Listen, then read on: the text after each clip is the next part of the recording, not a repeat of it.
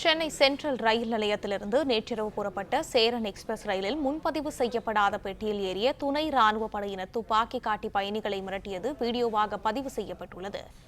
கூடுதல் தகவல்களை செய்தியாளர் கதிரவனிடம் கேட்கலாம். கதிரவன், வணக்கம். விவரங்கள் என்ன பகிரலாம்? சென்னை சென்ட்ரல் ரயில் நிலையத்திலிருந்து நேற்று இரவு கோவை புறப்பட்ட சேரன் எக்ஸ்பிரஸ் ரயிலில் முன்பதிவு செய்யப்படாத பெட்டியில சுமார் 20க்கும் மேற்பட்ட துணை ராணுவ படையினர் ஏறியிருக்கிறார்கள். இவர்கள் சென்ட்ரலில் இருந்து ரயில் புறப்பட்டதிலிருந்து அந்த ரயில் பெட்டியிலே மது அருந்தியதாக கூறப்படுகிறது. அது மட்டும் இல்லாமல் அவருக்குள்ளாவே அதிகப்படியாக ஒலி எழுப்பி சத்தம் போட்டுக்கொண்டே பயணிகளுக்கு சிரமம் ஏற்படுத்தி வந்ததாகவும் கூறப்படுகிறது.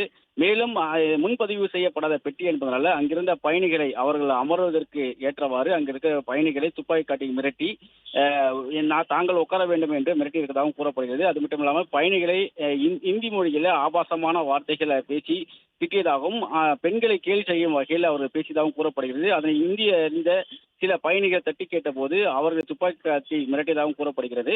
இந்த நிலையில்தான் இரவு 1:30 மணி அளவில் ஜோலார்பட்டியை கடக்கும் போது இவர்கள் இந்த துணை ராணுவ படை வீரருக்குள்ளே மாற்றி மாற்றி அடித்துக் கொண்டதாகவும் அதில் சிலருக்கு ரத்தம் ஏற்பட்ட நிலையில அதிர்ச்சியடைந்த பயணிகள் இவர்களின் அட்டகாசம் பொறுக்க முடியாமல் அபாய சங்கிலை பிடித்து இழுத்ததாகவும் ரயில்வே போலீசார் மற்றும் RPF போலீசார் சம்பவ இடத்துக்கு வந்து அவரிடம் விசாரணை நடத்தப்படும் போது துணை ராணுவ படை செய்த அட்டுழியங்களை கூறியதாகவும் உடனடியாக துணை ராணுவ படையினரை கீழே இறக்கி மற்ற வேறு ஒரு ரயிலில் அனுப்பி வைத்ததாகவும் கூறப்படுகிறது. ரயில் பயணிகள் யாரும் இவர்களிடம் புகார் அளிக்கவில்லை என்றும் இது குறித்து இந்த வீடியோ பதிவுகளை வைத்து தற்போது விசாரணைகள் நடத்தி வருவதாகவும் தெரிவிக்கப்பட இருக்கிறது.